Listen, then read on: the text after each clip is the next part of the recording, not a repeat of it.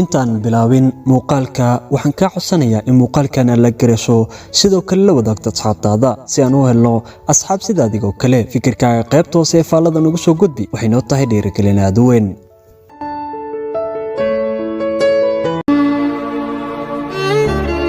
dareen xanuun leh lamaane kala maqnaa maalmo yar haddana aan kala maarmin iyadoo ka baqayso inay wacdo ayay hal mar muujisay geesinimo taleefankiisa ay wacday